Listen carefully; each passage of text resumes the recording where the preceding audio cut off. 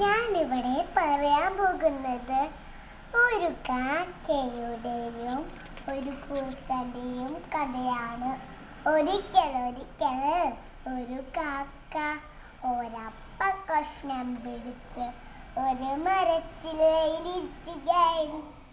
അത് വഴിയിൽ കുറുക്കൻ വന്ന് കുറുക്കന്റെ വയൽ വെള്ളമൂറി.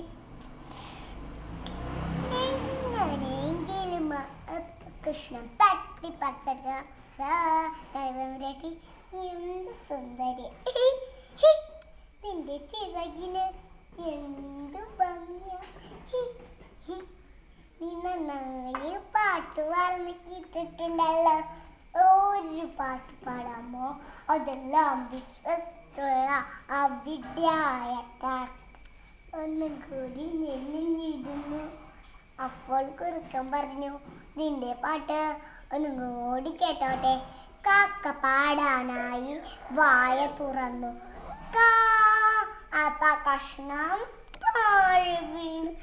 ഓടിച്ചെന്ന കുറുക്കൻ അപ്പ കഷ്ണം എടുക്കും ഒരു മൂളിപ്പാട്ടും പാടി സ്ഥലം വിട്ടു. കാക്കയ്ക്കാണെങ്കിലോ സങ്കടം വന്നു. കൂട്ടുകാരെ, ഇതിലൊരു ഗുണപാഠമുണ്ട്. വെറുതെ പുകഴ്ത്തുന്നവരെ വിശ്വസിക്കരുത്. നന്ദി, നമസ്കാരം.